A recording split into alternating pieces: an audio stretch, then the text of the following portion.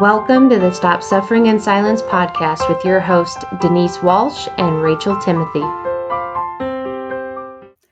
Hey, you guys. Welcome back to another episode of Stop Suffering in Silence. My name is Denise Walsh, and I'm here with co-host Rachel Timothy.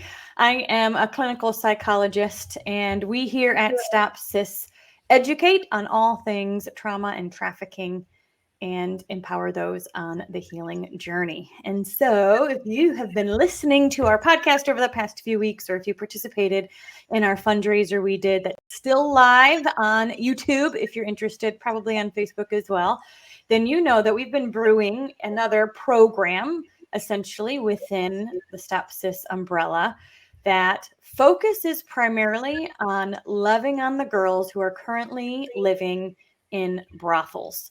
And so today we are going to talk a bit about an experience Rachel was able to have by bringing a friend along with her who speaks the language of the ladies who live in the brothels, and hear more about what she learned during that experience. So first, before we go into your last adventure into meeting with these ladies, let's remind the crowd what these brothels are, where they are, and give them a quick overview. Yeah, so it's inside illicit spas, and it's called IBMs, which is, what does that stand for? The IBM business. Goodness, I should have had that looked up. But basically, they're usually in strip malls. They're all over or anywhere in somebody's town. Oftentimes you will see like these neon signs that say open or massage. Did you find it? No, I did not. I'm a little scared to Google something that's going to... Oh, well. No, it doesn't. I don't see anything specifically. Okay. Shoot. I want that. Yeah, it's basically saying IBM is like a portfolio of products. So I don't know what that is. It's illicit massage businesses, IMB. I apologize. IMB. Okay. Illicit massage businesses. And there's estimated 9,000 of these IMBs in America. And they make millions, if not billions of dollars on these women who are almost always Asian of some sort, whether it's Korean or from China, Filipino. But what happens is these women are brought here to America with thoughts of a better job, a way to provide for their family back home. And they're put inside these illicit spas, these massage parlors, and forced to give what they call quote unquote happy endings to the men that come in frequently. And that's their job. And it's, from if you're just driving by, you would think, oh, it's just another spa or another massage parlor. Mm-hmm. Yeah, they pose as a massage place. Yeah. So their name is usually really short, like one spa or massage, or one or two words. Mm-hmm. But when you go in, they are not spa-like at all. Mm-mm. They're grungy. They smell bad. It's like you can kind of tell. The other thing that we noticed, and we showed pictures of this during the fundraiser, but we noticed on the sign, it will say things like 4 hands and or table shower. Yeah, showers free. Yeah. So things like that give you a clue that it's not quite the same thing as a normal spa massage, but they're all over in plain sight. Yeah. And you can also look up on rubmap.com, and it'll give you an indication if it is an illicit spa or if it is legit as well. And then the other thing is that they live there. And so I think when I first learned of this, I didn't quite realize that the women typically live there. And so they don't have means to leave and drive. They are often there illegally, potentially. And so there's a lot of fear that's keeping them stuck. So you recently, we've done this before. We went into the spas and we gave gifts, and we're partnering with a ministry that's been doing this for several months to create curriculum on how to expand this and do it in your own hometown. But you just went back last week and you brought a friend that speaks the same language. So I can't wait to hear how it went.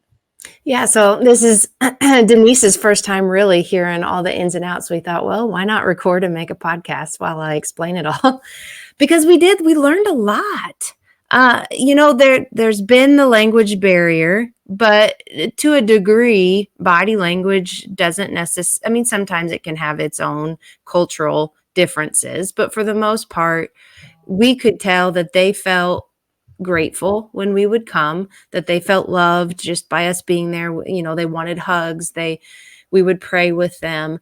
But still, we didn't know what they were saying. We tried to use Google Translate, but that really didn't go very well. It was choppy and it confused things some. And so we didn't really know what they were saying, and they didn't really know what we were saying. And so, yeah, I have a friend who actually lives in China, and she was only here for this month. And the reason she's here is because another friend of mine was a missionary for almost 11 years in China. So they were close partners in that mission work. And my other friend, who now is a missionary in Kenya, where she works with street girls, which is a super amazing ministry as well. Her and then her friend from China both went with me. So they both, the one that's in Kenya now, she does speak some Chinese, but the other one's obviously fluent. And so then we had one other girl that came too, that's been a student of Chinese language for about 7 years, and she's almost fluent. So between the three of them, going into these spas, we learned a lot. We did our usual as far as like we met before at this local food pantry, and we prayed and we talked about the gifts and everything. We picked the brain of these women as well, because yes, there's the language difference, but what we didn't realize was so much of the cultural difference. So one thing that I learned is it is very common for Chinese people to live in the place where they work. That's normal. Right? Like I never would have, but they said, family? How does that the work? whole family, they will put like the business in the front and then they live in the back. Like that's normal culture for them. Why go ahead and have two different places is their thought process.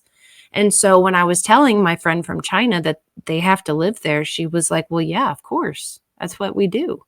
Interesting. So that was interesting for me to hear that's not, I said, to me, they sound captive. But you're saying that prisoners. Yes. So understanding that cultural difference was unique.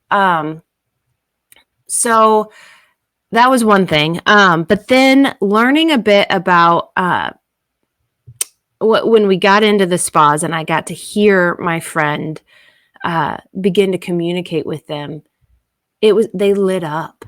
Like these women inside lit up, and they just went back and forth with my friend. Gloria is my friend's name. Just back and forth, talking and sharing. And the very first spa we went to, we stayed there the longest, and she wanted us to stay for dinner. Like she did not want us to go. They were from the same place in China. So they had this same like accent, dialect or whatever, knew the same places. It was incredible. And so it was interesting too, though, because when we got back out in the car, Gloria was like, I don't think she's trafficked. I think she wants to be there. And I was like, hold on, because I had the interpreter telling me some things as they were talking. And what we learned was this girl, she came a couple years ago, and she has a child back home. And in order, like she couldn't make ends meet to be able to take care of this child. She just didn't have the skill set or whatever to get a job that was going to be able to take care of this kid. And she finds out that there's better jobs in America. And she's told, if you can find your way to America, you're going to make a lot of money. And so she spends everything she has on a plane ticket. She flies to Mexico, and she's telling Gloria this, like explaining it completely. fly to Mexico. We have to get on a boat and not be seen and go across some river, water, whatever. And then you get out and her words were, run, run, run. And she ran until she was no longer, being followed or whatever. And so she was illegal here in America. But at that point, she's picked up, and the only job that she's able to get is at one of these spas. And she said basically that this is why she came. She didn't know it was going to be this, but this is what she assumed they must have been talking about. She does have to pay her quote unquote boss $5,000 a month, which is not normal. And she sends home $2,500 a month. And so does she know that it's actually going home? Now, the money that she sends home, I think it actually is, because she is able to communicate with them through her cell phone. Okay. Yeah. And she showed us pictures of them. Her daughter is like, she was super proud of her daughter.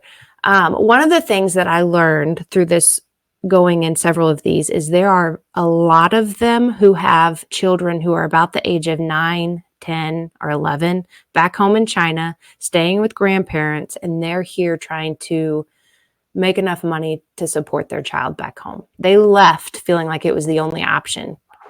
So when your friend comes into the car and says, I think they wanted to be here, they're choosing this, and you hearing all of this information, how did you respond?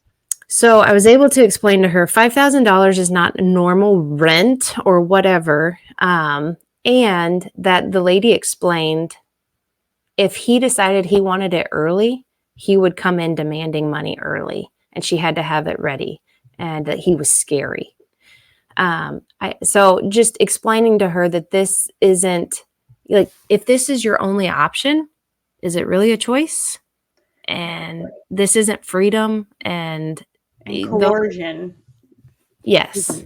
A choice. Right. And so I think at first my friend was a little bit like, I can't tell. Like, she knows what she's doing. And I think she knows it's probably wrong. She knows she's even wrong for being here because she's an illegal immigrant. So that's part of the thing that keeps them there too, because if they leave the brothel and try to go somewhere else, the fear is that they'll get taken to jail, that they'll get deported, things like that. Exactly. Yeah. Yeah. I mean, what nothing good is going to come from them getting caught. And, I got to thinking about this. All of us could ask ourselves this question. What would you do if feed your kid, like, in order to feed your kid, and this was your only option? What would you do? What would you choose? And that's kind of where, unfortunately, a lot of women are at. When I was, and this is kind of on a different subject, but my friend who's working with the street girls in Kenya, that's the only choice they have to feed their kids, is to sell themselves. And they have to give a certain cut to their owner, but otherwise their kids don't eat. So, I mean, you're looking, that's not a choice. That's not a choice. One of the things that we learned about from our friends was that the Chinese New Year is coming up, February 9th. And it is bigger to them than Christmas is to us. Like, it is a huge deal. And it's all surrounded around family. Family is super important. In fact, Gloria, my friend who is traveling here from China, she had to get back home by the 1st of February because of the Chinese New Year. She needed to spend it with her family. And so one of the things that we learned was this would be a great time to celebrate them, to bring them anything red. Red is like big for the Chinese New Year. You can look up things on Amazon and different stuff, and they love to have like dumplings, Chinese dumplings. And so as a group, the ladies were getting on Amazon and looking for red socks and doing everything they can to try to make that a special day, to show that we understand to a degree that this is going to be a super hard time for them. We had one lady that when we went inside, we asked her, what are your plans for the New Year, for the Chinese New Year? And she broke down bawling. She was here. She had been in the States since October. so not very long. She has a 10-year-old child back home. And we asked her, when will you see your child again? And she said, I won't. I won't. I can't go. And she just bawled. Well, because the reality is if you don't have an ID or a credit card, you probably can't get a plane ticket. Right. You can't. They're really stuck. Yeah. And there's literally no other job here that they could do. I mean, I don't know if they turn themselves in for being a legal immigrant, like what happens to them? But they came here under a trick, under somebody saying this is the right thing for you to do in order to be able to take care of your child. Right. So when they get here, do they have this recollection of, oh man, I was tricked? Or they go, oh, I guess this is the job, and they're kind of accepting of it? I think it gets to an acceptance of it, that this is just the way it is. One thing that I found really interesting was I had Gloria ask them, do you feel safe? And they said, it's not safe out there. So they have been told that it's unsafe to leave, to be around the people outside the spa, versus this is where you're safe, is inside the spa, where they're actually being trafficked. Yeah. Now, the cool thing about the Bloomington, Peoria girls and the group that's been going is they've been going consistently enough to get to know people. Mm-hmm. And so how has building the relationship with the girls been helpful for them to see that not everybody on the outside is potentially bad, Yeah. So that's kind of like one of the neatest parts of all this. Yes, we had somebody who spoke their language who could speak to them and share hope and share kind of why we're there. But in the same sense, they were able to speak back. And when they did, we heard things like, we have been waiting for you. We love when you come. You warm our hearts. It's been so long since I've seen you. Like literally. And there's this language barrier, but you're recognizing it doesn't matter. Like they're seen. Some of them have their favorite ones,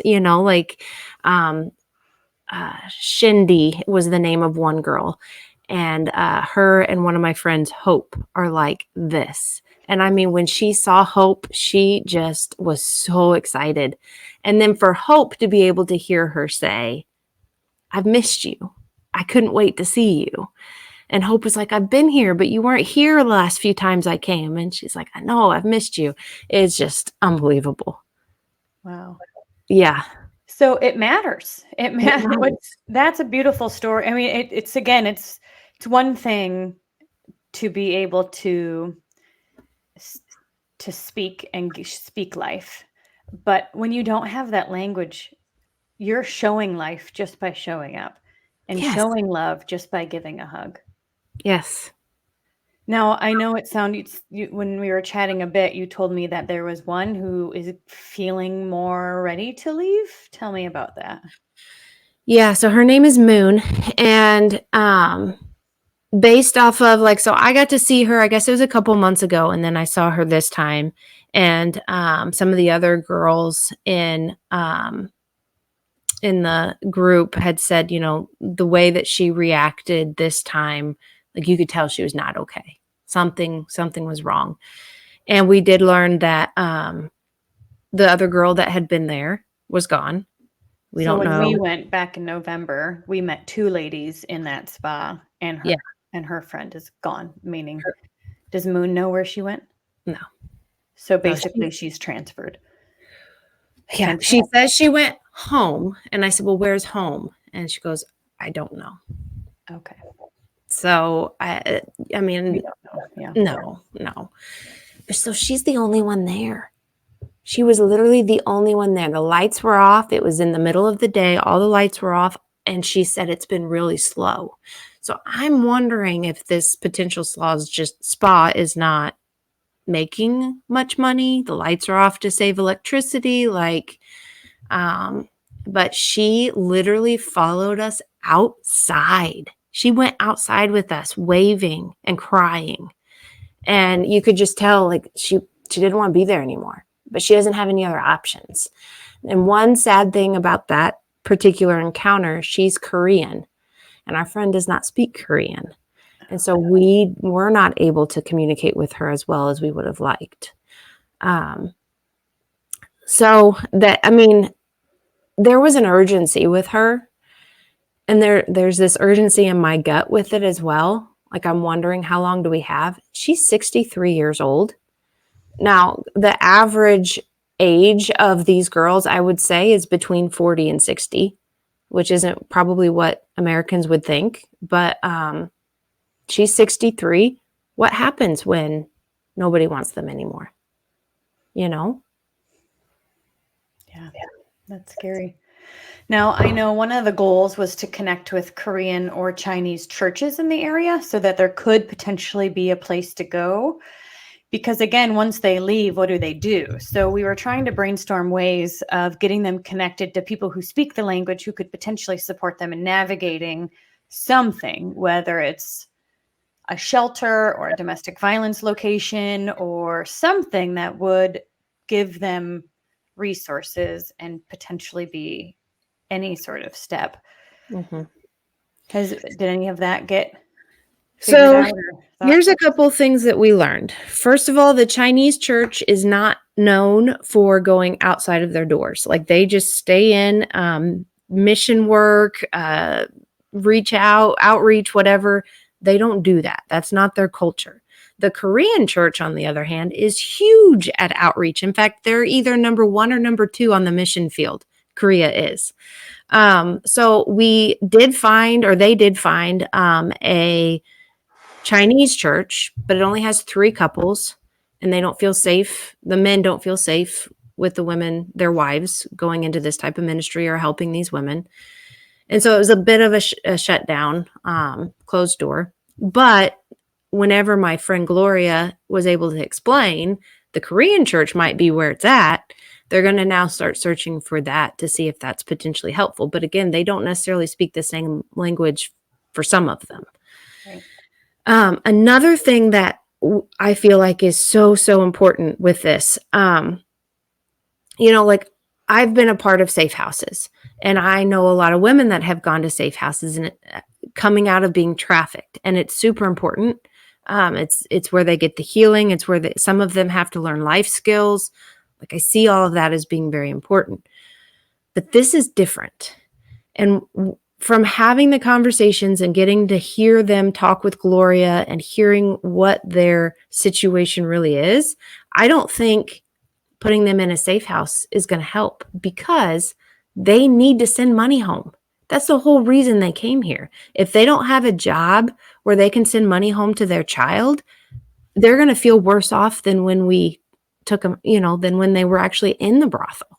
And so I feel like what they need is an actual healthy job where they are free, where they can make the money and keep the money that they need to send to their child. And obviously paperwork needs to be filed, and they need to, get all of that sorted out. But if we were to stick them in a safe house for 2 years, they wouldn't stay, because they know the whole reason of coming was to rescue their child, basically, financially. So I feel like this rescue operation would have to look different than just somebody who was in a brothel downtown or whatever. Right. Well, and I heard of, or overseas, there being job skills, thing where they make necklaces or purses or things like that, where if somebody, it's part of the process, right, is we now give you a skill. But I haven't heard about a ton of programs like that here in the States. I haven't either. Not like they teach them the skills, but are they, these girls are going to actually have to make some money in order to stay with it. Otherwise, I think they'll go back to doing the spa. So they would need a place to live, job, whether they're learning a skill that then they're selling it on Etsy or something, or they are becoming a factory worker or something that feels fairly easy for them to learn. Because you have to think about, they couldn't quite just go to McDonald's because they don't speak the language. Yeah. Right. And ultimately, what would be fantastic is to get them home and then get them a job there where they can be with their kid and work a good job. That would be best case scenario. But it sounds like they left for a reason. They left for a reason. Wow. Another interesting aspect I learned is not all of them actually live there. They Okay. have, one called it a dormitory, another called it apartment. So it was interesting to me to hear that they don't actually live there. Okay. So in some locations, the girls maybe have roommates. All four of them live in a place and okay. Yeah. Another interesting aspect we found out is some of the girls were married to American men and came here married and then put in a spa. Interesting. So my friend who had been, I keep saying my friend a lot, but I apologize. My friend who had been the missionary in China, when she was there, there was a mission group that had come, a group of men who did some work. And not too long after they were done, one of those guys came back and married a girl. And she thought, oh, that's so cute. They fell in love while he was here on the mission trip. And he took her back to America and they started a spa.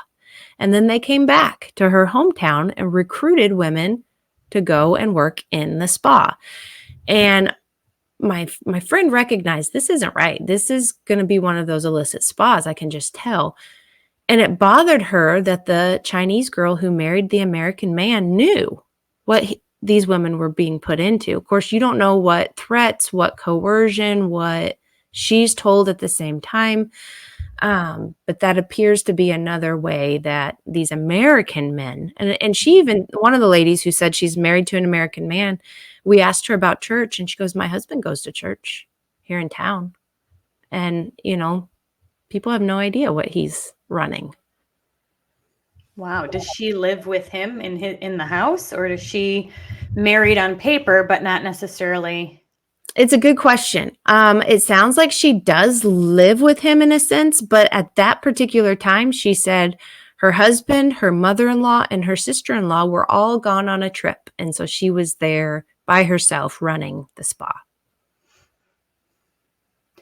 Well, we know that with Ghislaine Maxwell, oftentimes there's the women who are put out as recruits who go, because that's, again, women trust women more potentially. And so you hear that in a bunch of different situations where the pimp will get his girlfriend to go find other people. And sometimes that's her job. And if she doesn't, she'll get in trouble too. So it's surprising, but it makes sense. It fits with what we've learned about how these work, that the men would find a woman to do the coercion and to manipulate other girls to come too. Yeah. And that's real hard for me to know who's a victim and who's not. They call these women mama son, and all of them do, whether they're from, that's like a Japanese name, but they all call them mama son.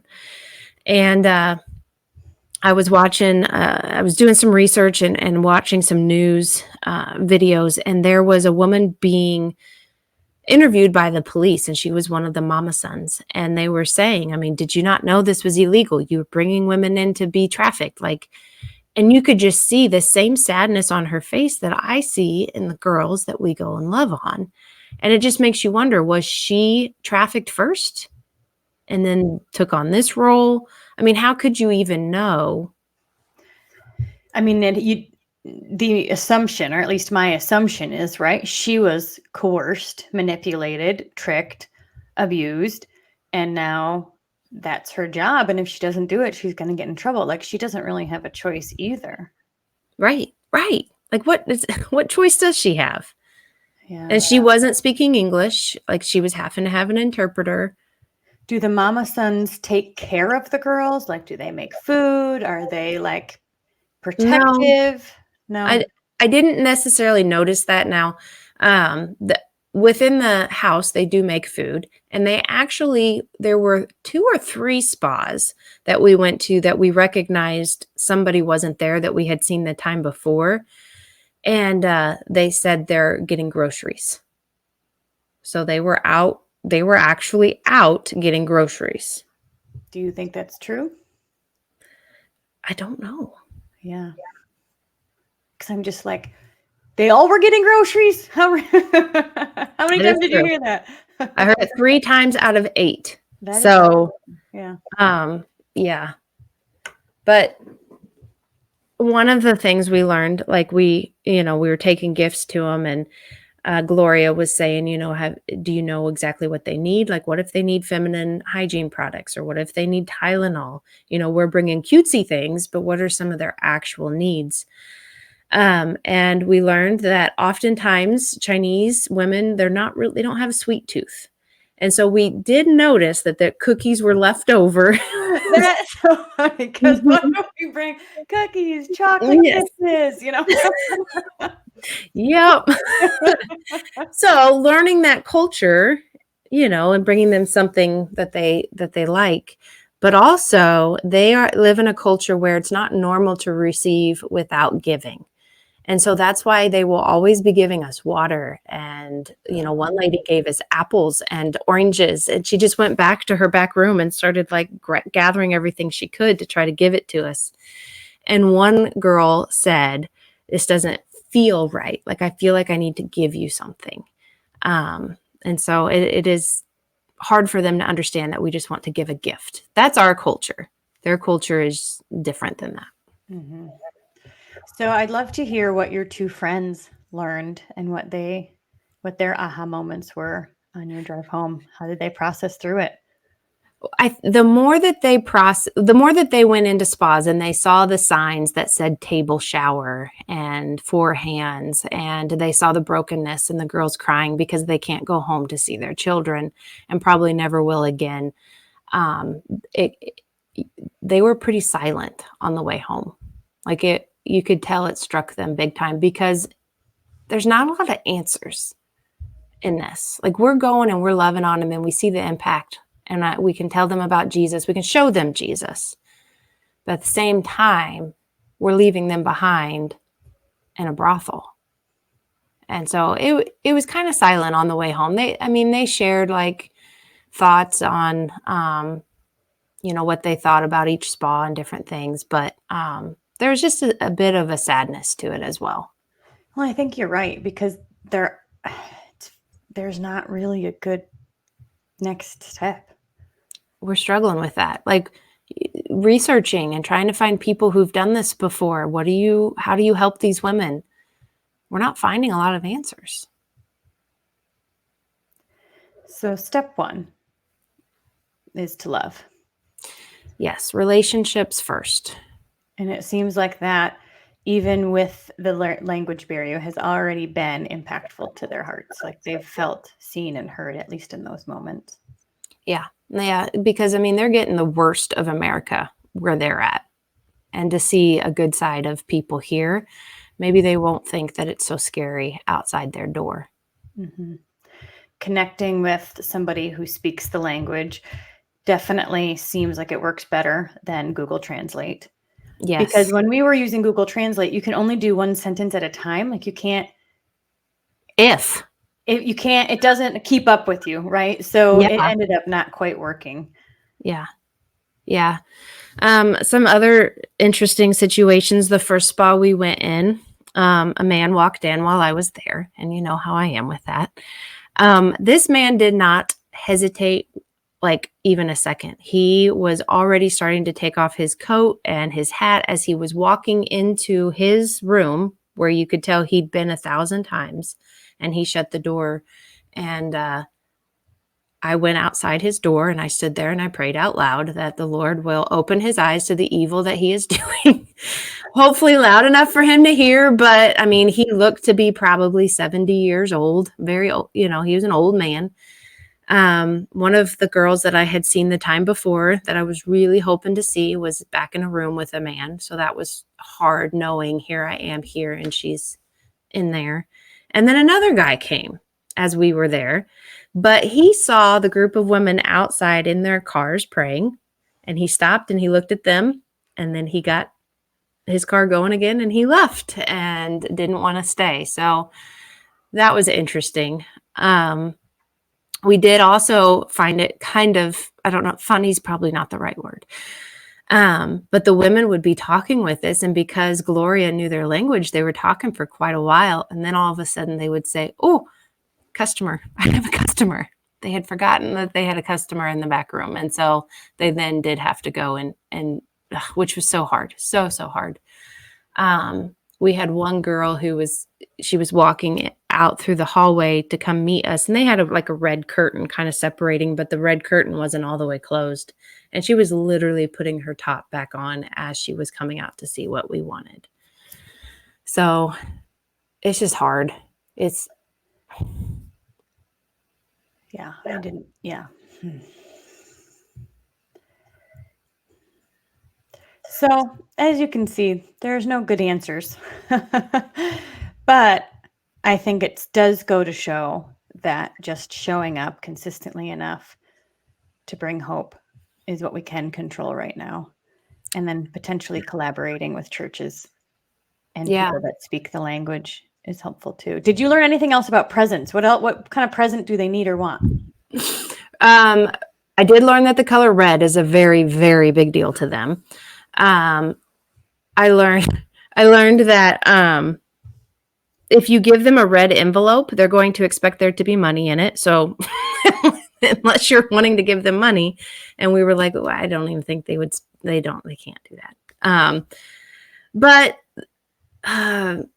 yeah, I don't know. Like there's a lot of things on Amazon but things that we think we would like versus what they actually need. They're the type of culture that will always say they don't need anything.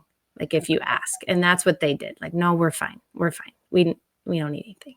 You know what's funny is I'm just now realizing, so we now have new Dream Life books, right? Dream Life book, you can see the white one, the journal is right there. Mm-hmm. And we are getting them printed in China. And so they're printed and bought in bulk and then shipped to the States to a warehouse that is shipping them.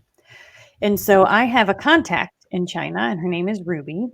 And she sent me a present for Christmas, which was a huge red circle, something that's meaningful. Mm-hmm. And rocks. She sent me rocks from like a local ocean or something. Oh my. Okay. So it was really unique, but I'm wondering if potentially I could ask her what she knows or has experienced, if there's anything else we can learn from somebody who's still living in China. That's interesting. And I think that goes to show I had never once thought of her until we're having this conversation, right? So who do you know who has gone to China or Korea or Japan or lives there now or used to live there or has family there? Or, I have two cousins that lived in Japan for a season. So you just wonder who they know, and so there's maybe more connections of people that could bring a cultural awareness, the language into these conversations that we could partner with that we haven't thought about yet. And so that goes for all of you guys listening. Who do you know who could either give us insight, give you insight, right? Or partner and come alongside and help us to learn more about how we can support these women. Yeah. But if you're interested in going into the spas in your town, because I promise you they're there, reach out, because we're going to be starting a community group. We're going to have some information that we can share as far as how this ministry got started, the first steps, what to expect. Now, we visited 8 spas. 7 out of the 8 were very receptive and absolutely loved us being there. There is one, though, that they have never had a good experience with, in the sense of like, they barely open the doors. They will accept the gifts. This was my first time seeing this particular one. The woman was emaciated. She was definitely drugged up. She was trying to shut the door on us as we were talking.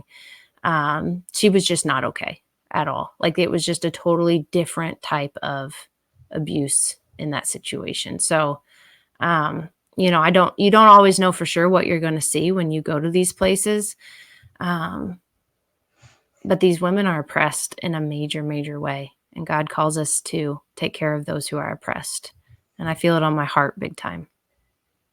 Well, I think step one for us, when we think about what can we control, we can create our community group put it in the description box. You guys can sign up for the newsletter. And as the course and training materials get created, we're going to add them to that community group.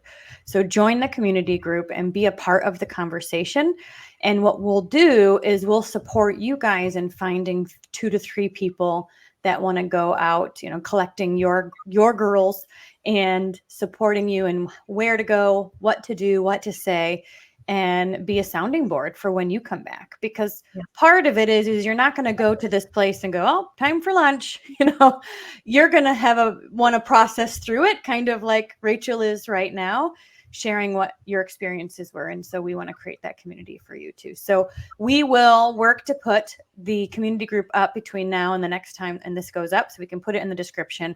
You can also join our email list at stopsuffering.org, where you'll be the first to know when trainings and PDFs, workshops, etc., are dropping on the subject. Yeah, exactly. It's you think, okay, there's got to be people out there who are already doing this. I can't find it. Yes, they're going into brothels and rescuing women, and not this though. And so God doesn't call the qualified; He qualifies the called. And so we'll just keep moving forward. Well, and I think that there's a very big focus on children in brothels and which of course there needs to be. Yes. But there's oftentimes the stigma that if they're over 18, then it's a choice. And so I don't know how many people are rescuing women, Right. And I think that's kind of a lost cohort of people who don't have a next step. I'm going to share another frustration real quick, super quickly, is that I'm learning that there are these organizations that their website says one thing, but what they're actually doing is nothing like what the website says. And so just be mindful. They may look super great storefront, but that doesn't mean they're actually following through with this stuff. And it goes towards, people giving donations to these places, and they think that they're doing such and such to help and rescue victims. But the truth is, it's just not happening. So to put it bluntly, you're saying there's nonprofit organizations who are continuing to traffic women with the front of saving them. Yes, there is that. But then there's also ones that are saying that they're doing such and such, and they're really not. So can you be more clear? I don't really know what that means. like they're a bakery, but they're not a bakery, or what do you mean? Well, so they'll say on their website that they are going in and rescuing women out of these illicit spas, and they're partnering with law enforcement, and they're getting them safety to safe places and providing a safe house for them. But none of that's actually happening. Okay. And people are giving money because, oh my goodness, they're actually doing this. I can't do it, but I know they are, so I will help them in that. But the truth is, when you actually go to these places, those are not the things that they're doing. What are they doing instead? Well, they for some, I got to be careful. Not necessarily, they're just not rescuing. They're not actually going into brothels. We know that with OUR, and we know that with OUR, but I know that with others as well. Okay, we do know that with OUR is that the missions on the ground really were discovery missions, not necessarily as many rescue missions as you would like to hear. So my point is just get to know these organizations before you give or whatever. That's all I was trying to say. Okay. Go yourself. That's all we can do. Just yes. All right, you guys. Well, thank you, Rachel, for sharing your experience. And I hope that this was helpful for those listening. We thought if we're going to talk about it, I want to hear, but I'm sure you guys want to hear all the things that she learned with her friends speaking the language. It's super insightful. And I think we can continue to just learning, showing up and learning about them is another way for them to be seen and heard in this difficult time. So if you're interested, We're going to put all the links in the show notes below. Join our newsletter so you'll be the first to know as things get created. Join the community group, and let's start the conversation about how you can start this ministry. We're calling it Bringing hope. Bringing hope in your neighborhood. Have an awesome day, you guys, and we'll see you next week. Thank you so much for listening to this powerful episode of Stop Suffering in Silence. If you are interested in booking Rachel to speak at your school, your church, or on your podcast, then please email openblindeyes@protonmail.com. If you are interested in sponsoring a survivor on their healing journey and would like to donate to Stop SIS, then please check out the link in the description box or show notes below, or you can email stopsis@protonmail.com. And finally, if you are currently suffering in silence, or you know somebody who is, whether they're dealing with a current trauma or one from the past, then we will always recommend that you reach out to your local resources and find a counselor that you can trust, because nobody is meant to suffer alone. Have an amazing week, and thank you for being here.